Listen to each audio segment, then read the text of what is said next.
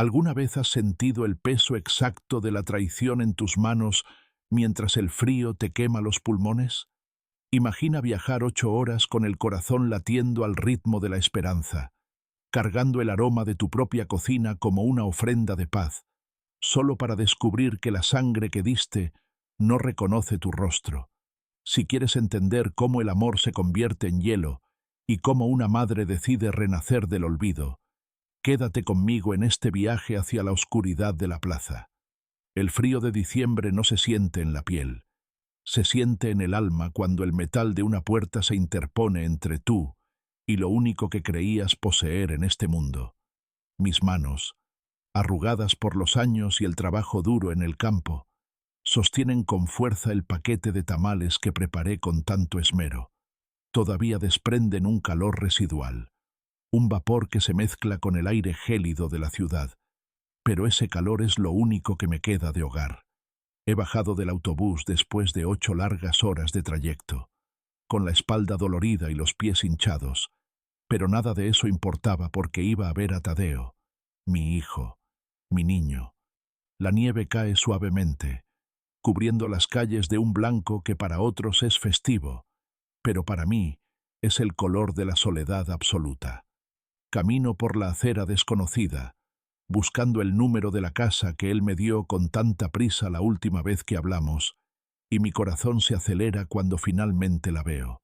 Una casa grande, moderna, con luces de colores que parpadean con una alegría que me resulta ajena. Me detengo frente a la puerta de madera oscura, esa barrera que parece un muro infranqueable bajo la luz de las farolas. Respiro hondo, tratando de calmar el temblor de mis dedos, y llamo. El sonido de los nudillos contra la madera suena como un trueno en el silencio de la noche nevada. Pasan los segundos, que se sienten como siglos, hasta que escucho pasos al otro lado. La puerta se abre solo un poco, dejando salir una rendija de luz cálida y un olor a perfume caro y champán. Es él. Tadeo está allí, vestido con un traje elegante que nunca le vi usar en el pueblo, pero sus ojos no tienen el brillo de la bienvenida. Sus ojos están vacíos, planos, como si estuviera mirando a una desconocida que ha venido a interrumpir su perfecta existencia. «Mamá, ¿qué haces aquí?», me dice, y su voz no es la de mi hijo. Es un susurro de hielo que me corta la respiración. Intento sonreír. Le ofrezco los tamales con un gesto torpe, casi suplicante, pero él ni siquiera los mira. «Te traje esto, hijo. Están recién hechos», balbuceo, sintiendo cómo se me cierra la garganta. Él exhala un suspiro de fastidio, mirando por encima de su hombro hacia el interior de la casa, donde se escuchan risas y música suave. «Mamá, vete. No es el momento. No tenemos lugar para ti aquí, ya te lo dije», sentencia con una frialdad que me desarma por completo. Veo cómo su mano empuja la puerta lentamente, cerrando el espacio, cerrando mi vida. «Vete», repite, y el sonido del cerrojo encajando es el golpe final. Me quedo ahí, de pie, con los tamales enfriándose rápidamente entre mis brazos, mientras la cámara se queda fija en mi rostro, capturando el momento exacto en que mi mundo se detiene. No puedo llorar. El dolor es tan profundo que ha congelado mis lágrimas antes de que puedan brotar. Simplemente me quedo inmóvil, sintiendo cómo el aire se escapa de mis pulmones y cómo el frío del suelo sube por mis piernas. A través de la madera, escucho una carcajada aguda. Es Brisa, su mujer, seguida por el sonido de un brindis, el chocar de las copas de champán, celebrando una vida en la que yo ya no existo. Soy una sombra en su entrada, un estorbo en su noche perfecta. La nieve comienza a acumularse en mis hombros y en mis cabellos, volviéndolos más blancos de lo que ya son por la vejez. Pero no me muevo. Estoy sola en medio de la ciudad de las luces, rechazada por la carne de mi carne, sosteniendo una comida que nadie quiere y un amor que se ha vuelto un fardo pesado. El silencio de la calle es absoluto, roto solo por el susurro de la nieve al caer, mientras entiendo que la puerta que se cerró no solo fue la de una casa, sino la de mi propia identidad como madre. El peso de los tamales en mis brazos se ha vuelto insoportable, como si cargara piedras en lugar de comida, mientras mis pies me llevan mecánicamente lejos de esa puerta maldita. Camino sin rumbo por las calles desconocidas de la capital, sintiendo que cada paso me hunde más en un asfalto que no me pertenece, hasta que llego a la plaza central.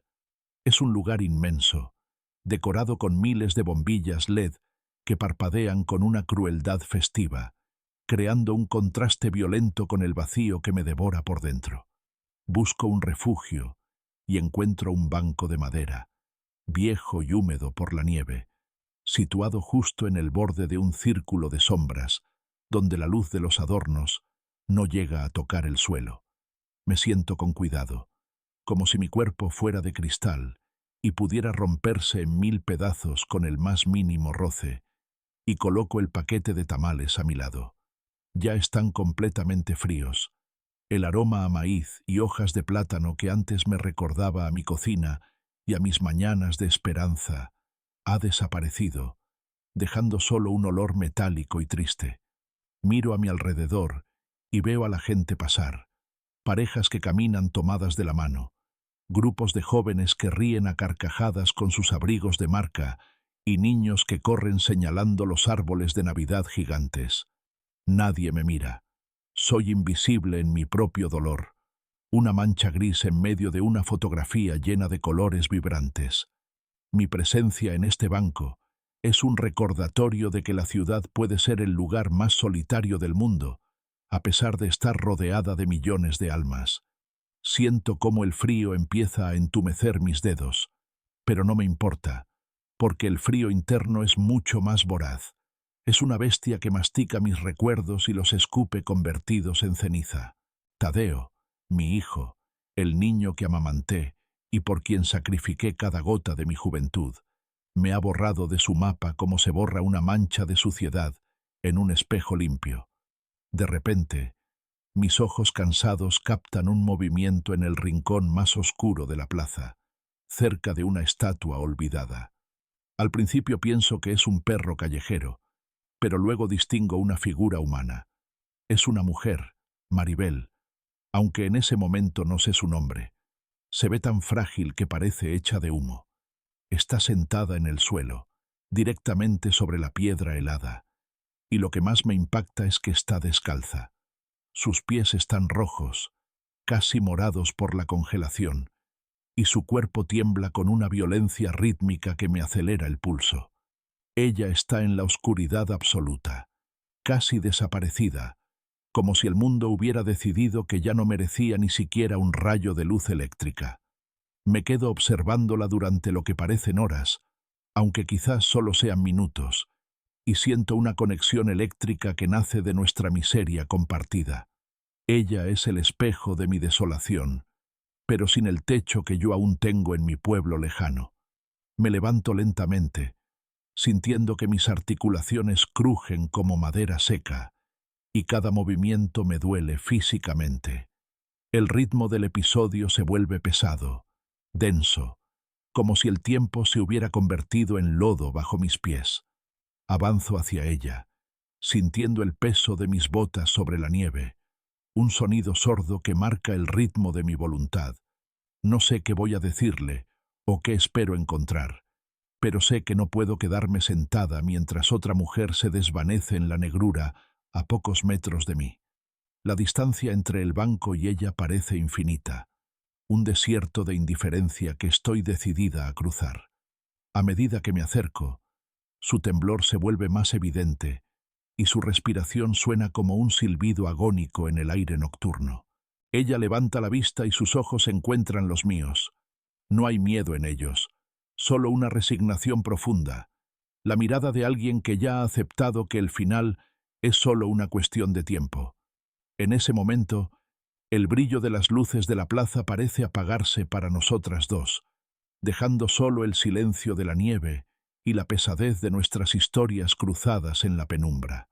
Me acerco a ella sin decir una palabra, porque sé que el dolor no necesita presentaciones. Me quito mi abrigo, ese que Tadeo despreció con la mirada, y lo envuelvo alrededor de sus hombros estrechos. Está tan delgada que parece que mis manos podrían atravesarla. Con la torpeza de mis dedos entumecidos, me arrodillo y le pongo mis propios zapatos, prefiriendo sentir la nieve directa en mis calcetines antes que ver sus pies sangrar por el hielo. Abrimos el paquete de tamales y, aunque están como piedras, compartimos cada bocado en un silencio sagrado, mientras nos refugiamos bajo el arco de un viejo portal de mármol. El suelo está helado, una losa de piedra que nos roba el calor corporal, pero nos tumbamos allí juntas, porque no hay otro lugar en el mundo que nos reciba.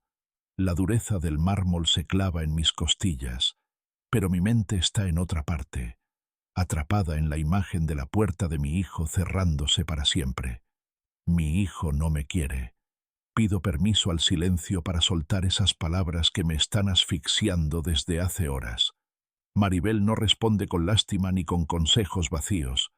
Simplemente extiende su mano y aprieta la mía con una fuerza sorprendente para alguien que parece estar muriendo.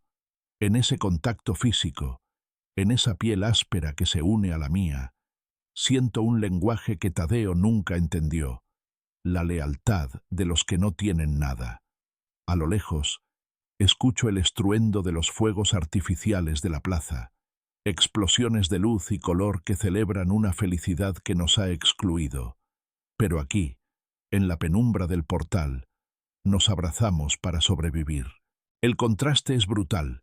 El mundo exterior estalla en celebraciones, mientras nosotras dos nos convertimos en un solo bulto de ropa y piel bajo las sombras. Es la primera vez en toda esta noche de pesadilla que mi corazón deja de sentirse como un trozo de hielo. Hay un calor diferente, un fuego que nace de la rabia y de la compañía inesperada. No estoy sola, me digo a mí misma en un susurro que se pierde en el viento helado que entra por el arco. Maribel exhala un suspiro largo y apoya su cabeza en mi hombro. Y por un momento, el portal deja de ser una tumba de mármol para convertirse en un santuario. No importa que el mañana sea incierto o que mis pertenencias se limiten a lo que llevo puesto. En este rincón oscuro de la capital, he encontrado una verdad que la luz de la casa de mi hijo ocultaba. Nos quedamos así, entrelazadas como raíces viejas, mientras el eco de la fiesta se desvanece y la ciudad se sumerge en el sueño profundo de los que tienen cama, dejándonos a nosotras como las únicas guardianas de la realidad. El primer rayo de luz del amanecer golpea el mármol del portal con una crueldad metálica, despertándome de un sueño inquieto y fragmentado. Al abrir los ojos, el frío me golpea la cara como una bofetada física, recordándome que sigo en la calle, pero el vacío que siento a mi lado es mucho más aterrador que la temperatura. Estiro la mano buscando el calor de Maribel, pero solo encuentro la piedra helada y húmeda. El lugar donde ella descansaba está vacío, y mi abrigo, ese que le puse con tanto cuidado, yace doblado de una manera casi ceremonial sobre el suelo. Un pánico súbito me invade el pecho, un miedo irracional de perder lo único que me devolvió la humanidad en esta ciudad de cristal. Me pongo de pie como puedo, con las piernas temblando por el entumecimiento, y empiezo a correr hacia la estación de autobuses, gritando su nombre en voz baja, con miedo de que la policía me detenga o de que la gente piense que he perdido la cabeza.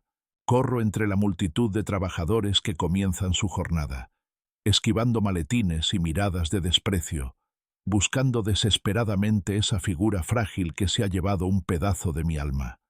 Llego a los andenes y mis ojos escanean cada rincón, cada banco, cada fila de personas que esperan para huir de la capital, pero no hay rastro de ella.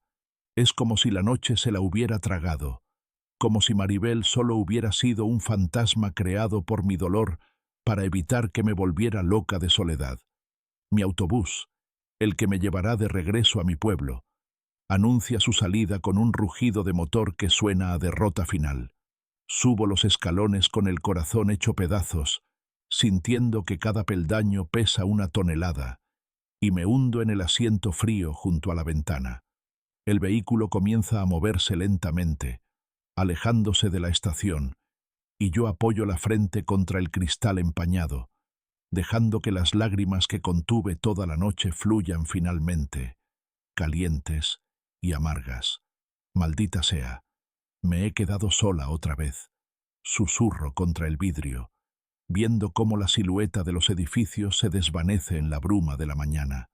Miro hacia atrás por última vez, y el plano se queda fijo en la estación que retrocede, un lugar gris, azotado por un viento que levanta remolinos de nieve y basura, donde no queda nadie, absolutamente nadie. El vacío es tan absoluto que duele en los huesos, y mientras el autobús gana velocidad, entiendo que regreso al lugar de donde vine, pero ya no soy la misma mujer que traía tamales y esperanza. Ahora, solo soy una sombra que huye de su propio fracaso en una ciudad que nunca aprendió mi nombre.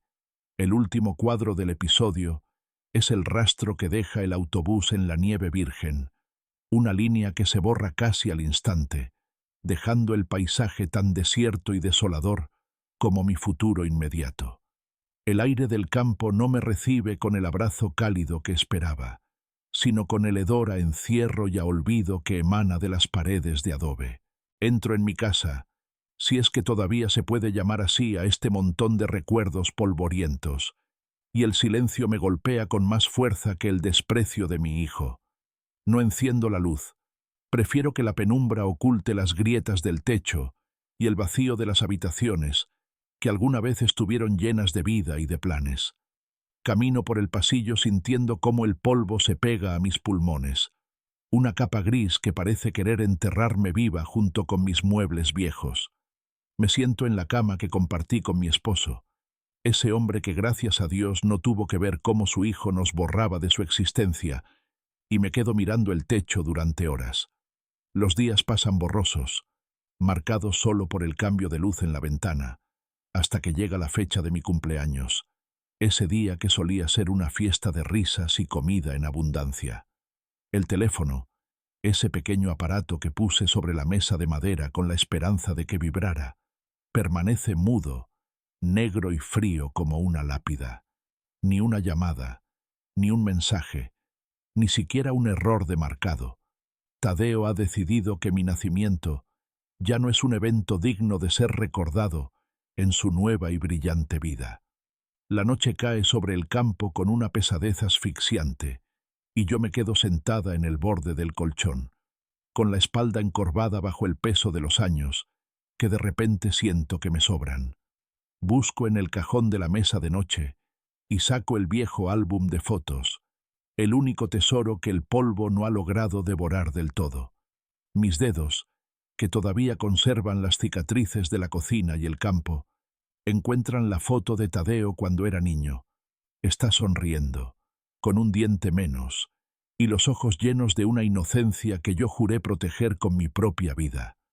Acaricio su rostro en el papel gastado, trazando el contorno de sus mejillas con una ternura que me quema las entrañas, y por un momento trato de encontrar en ese niño al hombre de hielo que me cerró la puerta en la cara. Pero no hay rastro de él. Aquel niño murió, o quizás nunca existió de la manera en que yo lo recordaba. Siento una rabia sorda, una llama que comienza a consumir la tristeza, y mis manos dejan de temblar para volverse firmes y decididas. Con un movimiento lento y deliberado, agarro las esquinas de la fotografía y empiezo a rasgarla, escuchando el crujido del papel como si fuera el sonido de un hueso rompiéndose. La rompo en pedazos pequeños, minúsculos, hasta que su rostro desaparece en una lluvia de confeti blanco y negro que dejo caer al suelo sucio. No hay lágrimas esta vez, solo una claridad aterradora. Si él ha matado a su madre, yo acabo de matar al hijo que guardaba en mi memoria. La vieja casa se siente más muerta que nunca, pero en medio de esa muerte, algo en mí ha dejado de esperar, y ese es el primer paso hacia una libertad que todavía no entiendo. Me acuesto en la oscuridad, escuchando el crujir de las vigas, rodeada de los fragmentos de un pasado que ya no tiene dueño. La rutina de mi abandono se rompe una tarde gris, cuando el sonido de un motor desconocido perturba la paz sepulcral de mi calle. Un hombre de traje oscuro, con un maletín de cuero que brilla bajo la luz mortecina del sol, baja de un coche reluciente y camina hacia mi porche con una seguridad que me resulta ofensiva. Es un abogado. Lo sé por la forma en que sostiene sus documentos, como si fueran armas cargadas. Sin muchas explicaciones, me extiende un sobre blanco y pulcro que parece fuera de lugar entre mis paredes de barro. Cuando lo abro, mis ojos no pueden procesar lo que ven. Un cheque por 50.000 pesos, una cifra que en mis manos se siente como un milagro o una maldición. ¿De dónde viene esto?, pregunto con la voz ronca por el desuso, sintiendo que el papel quema mis yemas. El abogado me mira con una mezcla de respeto y misterio antes de responder. Una mujer mayor la ha estado observando, Wilma. Ella sabe quién es usted y lo que hizo aquella noche en la ciudad. Mi mente vuela de inmediato a ese portal de mármol, al frío compartido y a la mirada de Maribel, esa mujer que desapareció como un sueño al amanecer. Me quedo sola con el cheque en la mano, y esa noche, sentada en el borde de mi cama, no puedo dejar de mirarlo. Es un rectángulo de papel que representa más dinero del que he visto en toda mi vida de sacrificios, pero en lugar de alivio, siento un miedo paralizante que me sube por la columna. ¿Merezco yo esto?, me pregunto en la oscuridad, mientras el silencio de la casa parece juzgarme por sostener una fortuna que no gané con el sudor de mi frente. La esperanza es una medicina amarga cuando llega tan tarde, y por un momento me siento como una impostora habitando la piel de una mujer con suerte. Toco el papel una y otra vez, comprobando que no se desvanezca como lo hizo Maribel en la estación de tren, y por primera vez en meses, mi corazón no late por el dolor del rechazo de Tadeo, sino por la incertidumbre de un futuro que se acaba de abrir frente a mí. La luz de la luna entra por la ventana y hace que el cheque brille con un fulgor plateado, recordándome que el mundo todavía tiene secretos guardados para una vieja olvidada como yo. No soy una mujer de lujos, soy una mujer de tierra y trabajo, y la idea de poseer tanto dinero me hace sentir pequeña, casi insignificante. Sin embargo, hay una chispa de rebeldía que comienza a arder en mi pecho. Si el destino me ha lanzado este salvavidas, quizás sea porque todavía tengo una historia que escribir antes de que el polvo me reclame por completo. El episodio termina conmigo abrazando ese sobre contra mi pecho, llorando no por lo que perdí, sino por el terror absoluto de lo que acabo de ganar.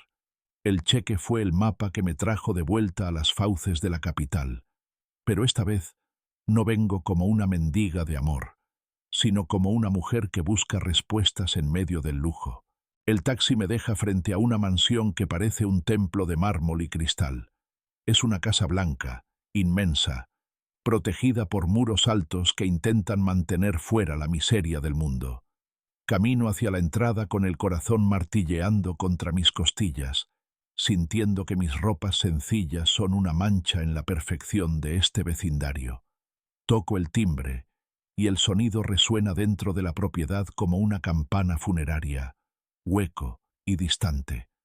Cuando la puerta se abre, mis ojos se encuentran con los de ella, y por un segundo, el tiempo se detiene, y vuelvo a sentir el frío del portal de mármol en mis huesos. Es Maribel, pero ya no es la mujer que temblaba descalza en la oscuridad. Ahora viste de seda, tiene el cabello perfectamente recogido, y su piel brilla con una salud que parece comprada con oro. Sin embargo, sus ojos son los mismos, dos pozos de una tristeza antigua que ninguna fortuna ha podido llenar. Ella me mira, y sin decir una palabra, se hace a un lado para dejarme pasar a un vestíbulo que es más grande que toda mi casa en el pueblo. El silencio aquí dentro es denso, casi sólido, un silencio que solo existe en los lugares donde el dinero ha matado la espontaneidad de la vida. Te estaba esperando, Wilma, dice su voz, que ahora suena firme pero cargada de una emoción contenida que me eriza la piel. Me guía a través de pasillos llenos de obras de arte y muebles que parecen piezas de museo, pero la casa se siente vacía, como una caja de joyas sin joyas dentro. Nos sentamos frente a frente en un salón inmenso donde la luz de la tarde entra por ventanales gigantes, pero la claridad no logra calentar el ambiente. Mucha gente me ha dado dinero por lástima, Wilma, pero tú me diste tus propios zapatos cuando no tenías nada más que tu dolor. Continúa ella, y su mirada se clava en la mía con una intensidad que me obliga a bajar la vista. Yo no soy quien creías. Aquella noche te puse a prueba, Wilma. Salí a la calle para encontrar un alma que todavía recordara lo que significa ser humano. Y tú pasaste la prueba. Me quedo helada, sintiendo que mi gratitud se mezcla con una punzada de traición. La idea de que mi compasión fue parte de un examen me revuelve el estómago. Me siento como un animal de laboratorio en una jaula de oro. Y la desconfianza, esa vieja amiga que aprendí a conocer en la puerta de Tadeo, vuelve a instalarse en mi pecho. Maribel se levanta y camina hacia mí, extendiendo sus manos enjolladas, y cuando finalmente nos abrazamos, el contacto es extraño. Sus brazos son cálidos, su perfume es dulce, pero mi mente sigue atrapada en la imagen de la mujer que me dejó sola en la estación. El episodio termina con nuestro abrazo en el centro de ese salón inmenso y frío, mientras la cámara se aleja mostrando lo pequeñas que nos vemos en medio de tanta opulencia. Mi rostro, apoyado en su hombro, muestra una expresión de duda absoluta. Tengo una aliada poderosa, pero mi fe en la verdad de las personas se ha roto de tal manera que ni siquiera todo este mármol blanco puede ocultar las grietas de mi corazón.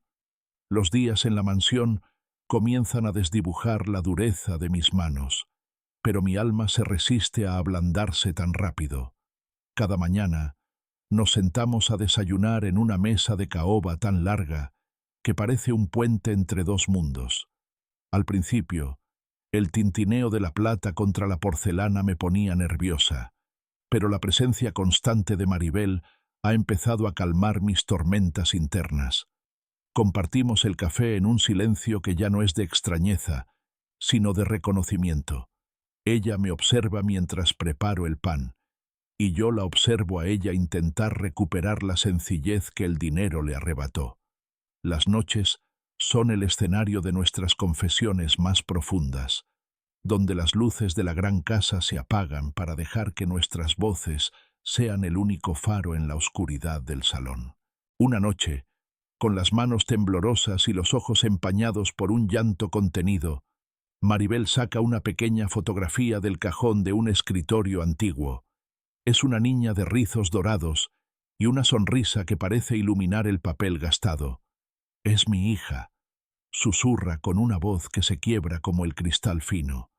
La perdí hace tantos años que a veces olvido el sonido de su risa, y ese vacío es un agujero negro que ninguna joya puede tapar. Ver su vulnerabilidad me desarma.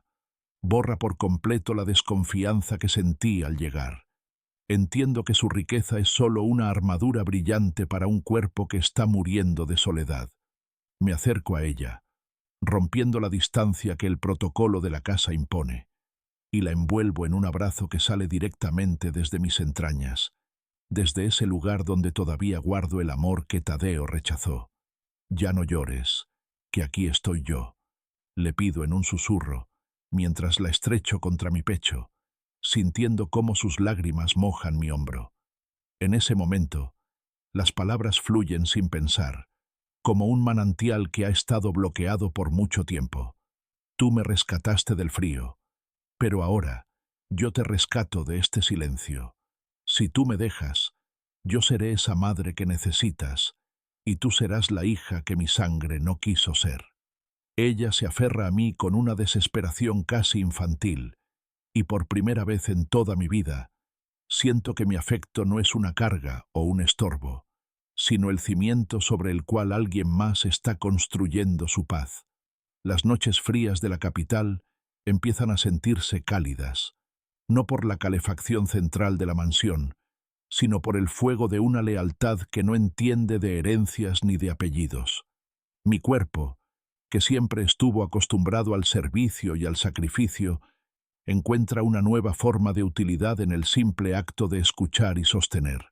Me doy cuenta de que Maribel me buscó no para darme dinero, sino para que yo le enseñara a sentir de nuevo, para que le recordara que el calor humano no se compra en las tiendas de lujo de la ciudad.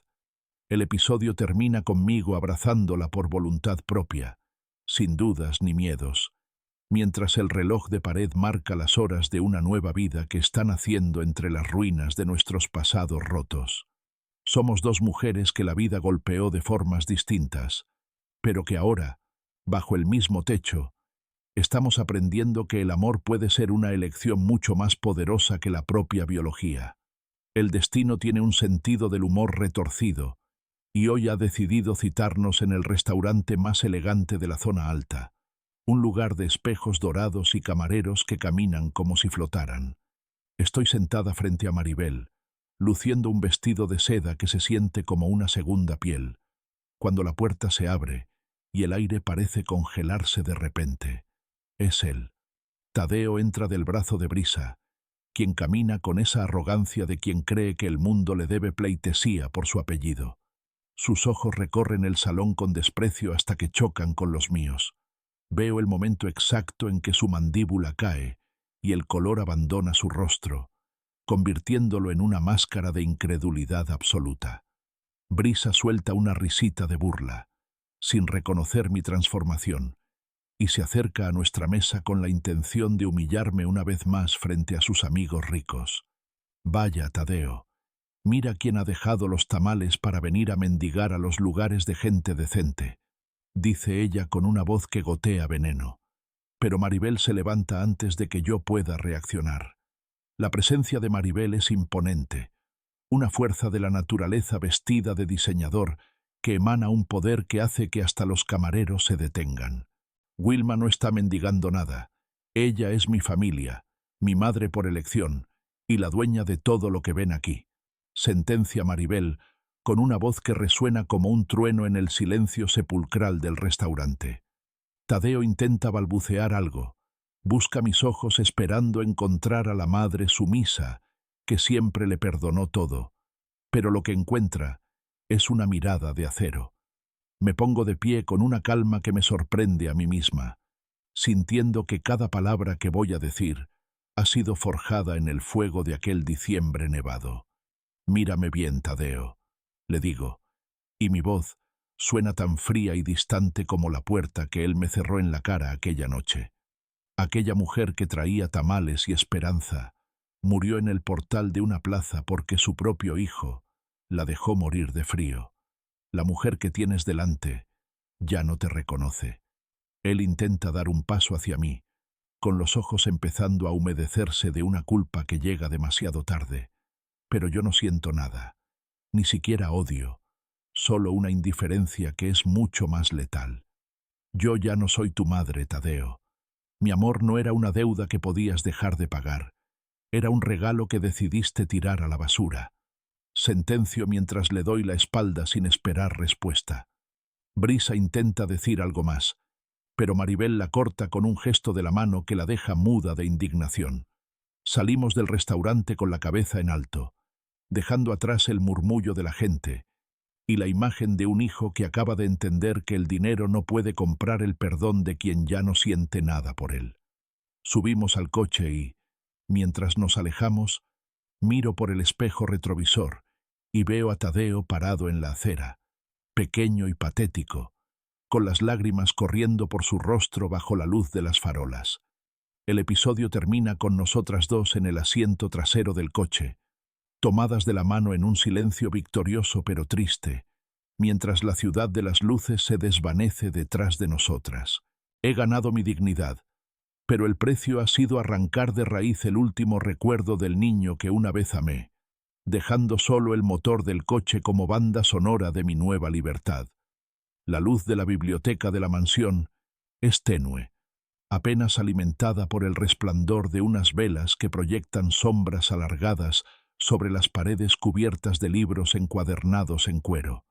Maribel me ha llamado aquí con una solemnidad que me oprime el pecho, y sobre la mesa de caoba descansa un documento con sellos notariales que parece irradiar una frialdad propia. «Wilma, siéntate», me dice con una voz que suena a despedida prematura, mientras empuja el papel hacia mi lado de la mesa. Mis ojos recorren las letras jurídicas, palabras frías como heredera universal, activos, propiedades y legado, y de repente el aire de la habitación se vuelve escaso. Todo lo que ves, todo lo que poseo, desde esta casa hasta los fondos en el extranjero, te lo dejo a ti. Eres la única persona que no me buscó por mi chequera, sino por mi soledad, murmura ella, mientras sus dedos acarician el borde del documento. Un miedo visceral me recorre la columna, un terror que no tiene nada que ver con la pobreza, sino con el peso abrumador de una responsabilidad que no pedí. No, Maribel, yo no quiero esto.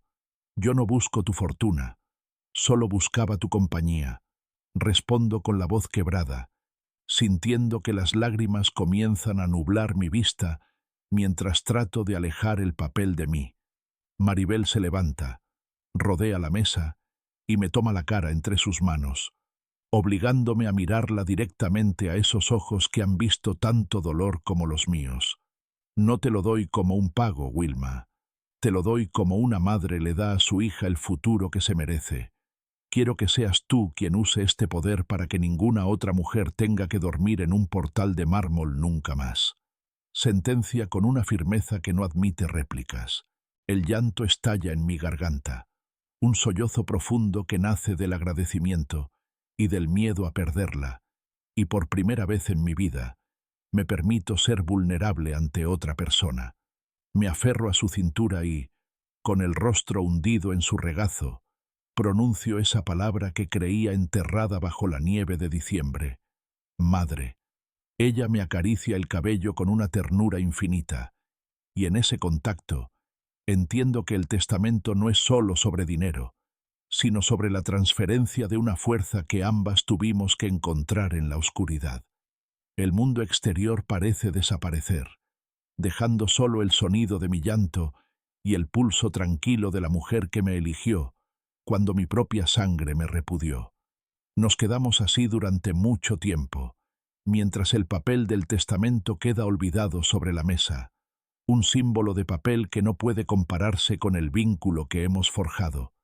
Finalmente, nos acercamos al gran ventanal de la biblioteca y observamos cómo la lluvia comienza a golpear el cristal, creando un velo gris sobre el jardín inmenso. El episodio termina con nuestras siluetas reflejadas en el vidrio empañado, dos mujeres unidas por una tragedia convertida en herencia, mientras el cielo llora con nosotras.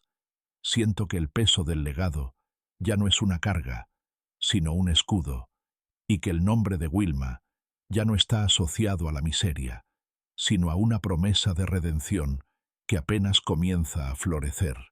El sonido del timbre a estas horas de la noche tiene un eco fúnebre que recorre los pasillos de mármol de la mansión como un escalofrío.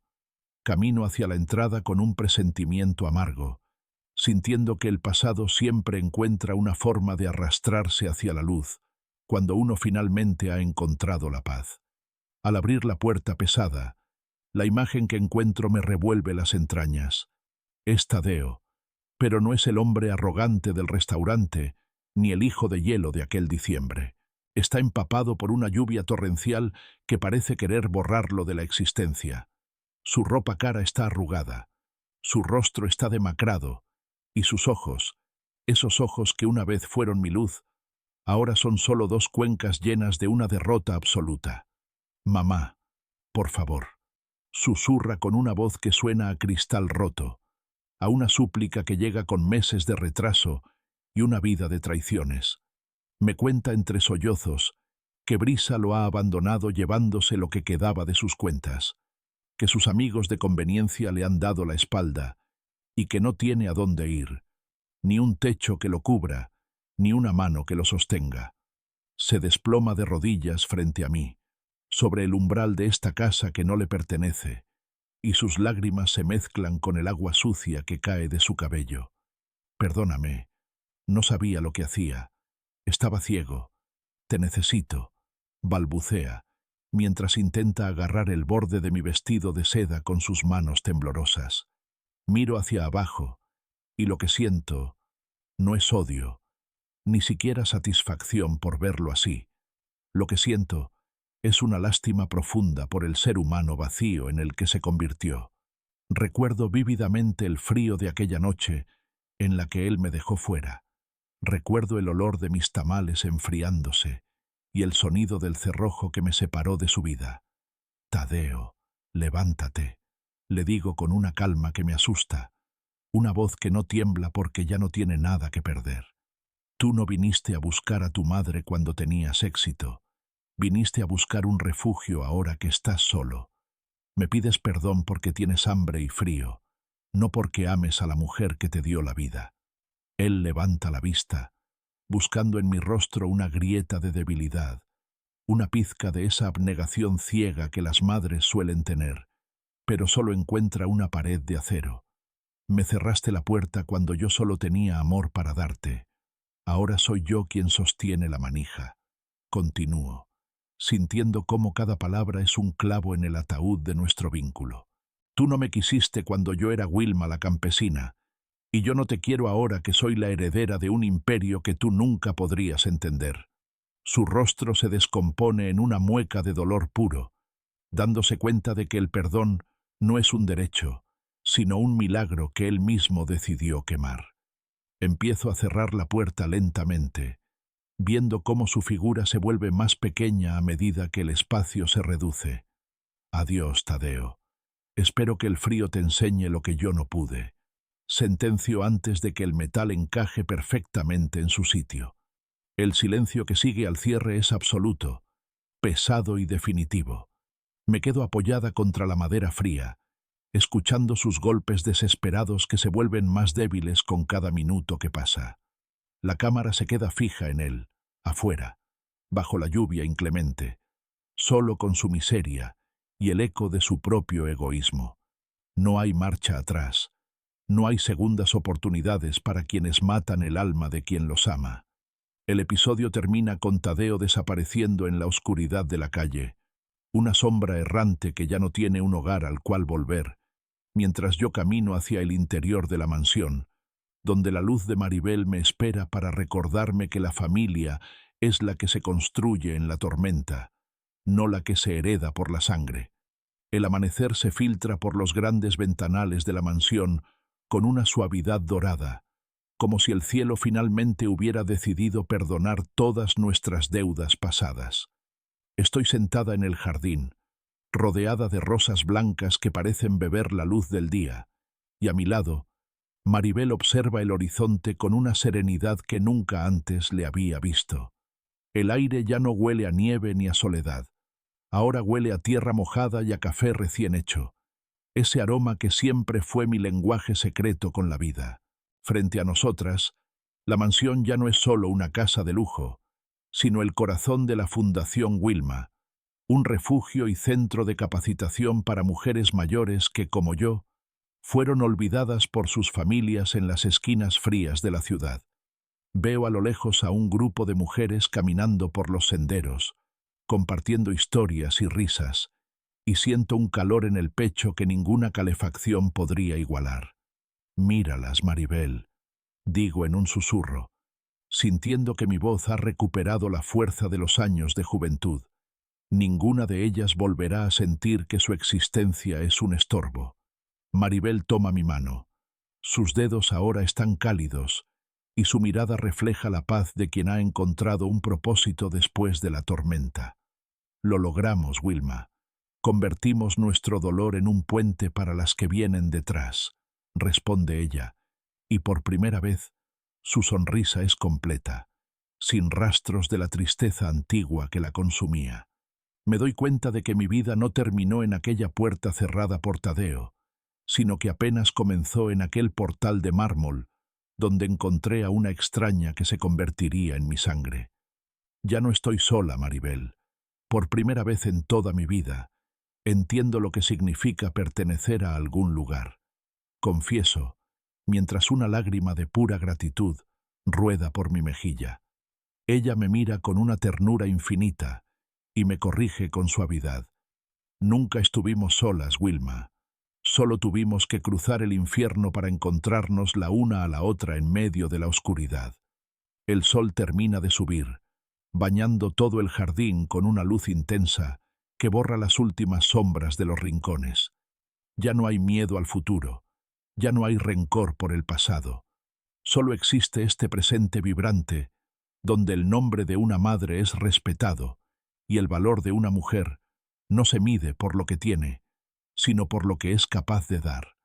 Nos levantamos juntas y caminamos hacia la casa, integrándonos en el movimiento de las mujeres que ahora forman nuestra verdadera familia. El plano se aleja lentamente, mostrando la mansión rodeada de verde y vida, un oasis de esperanza en medio de una ciudad que antes parecía de piedra. La música, suave y melancólica al principio, se transforma en una melodía luminosa y llena de fuerza que llena cada espacio del aire.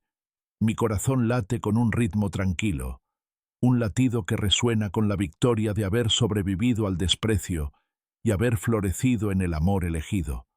El último cuadro muestra nuestras manos entrelazadas mientras entramos al edificio, con el sol de la mañana iluminando nuestras espaldas.